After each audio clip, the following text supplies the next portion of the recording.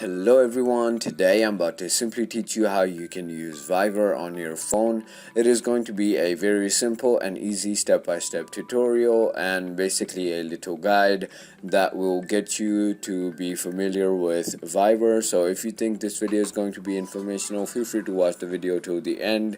And with that being said, let's get straight into the video. So first of all, simply go ahead and open your Viber application on your mobile device.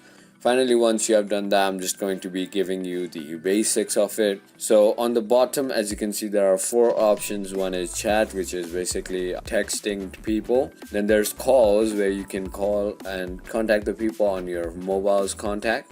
Finally, explore is where you can basically find some public groups and stuff like that. And more, it's basically for your settings and your profile. So basically on your profile, if you click on the top right pencil icon, you can basically edit your name, your birth date, your email. And then there is also a QR code reader. If you show your QR code to the people, they can basically scan it. As you can see, there is my QR code right over here like this, and then they can add you on Viber, easy as that.